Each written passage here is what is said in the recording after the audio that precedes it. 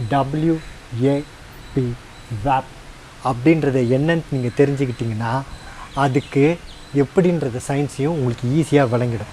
Water absorption power தான் இந்த WAP. ஒவ்வொரு மாவுக்கும் இந்த வாட்டர் அப்சார்ப்ஷன் பவர் ஒவ்வொரு பாயிண்டில் இருக்கும். மைதா மாவு, கோதுமை மாவுக்கு, இதுக்கு எல்லாமே. கோதுமை மாவுக்கு வாட்டர் அப்சார்ப்ஷன் பவர் வந்து 70%. அதாவது நீங்கள் 1 கிலோ மாவு நீங்கள் யூஸ் பண்ணிங்கன்னு வச்சுக்கோங்களேன், கோதுமை மாவு, அதுக்கு 700 ml நீங்கள் தண்ணி ஊற்றணும். உங்கள் வீட்டில் இருக்க மீடியம் சைஸ் அந்த தண்ணி குடிப்போம்ல டம்ளர், அந்த மீடியம் சைஸ் டம்ளருக்கு 1 டம்ளர் நீங்கள் மாவு எடுத்திங்கன்னா 90 to 100 grams இந்த ரேஞ்சுக்குள்ளே தான் இருக்கும். ஸோ அந்த 1 டம்ளர் மாவு போட்டுக்கோங்க.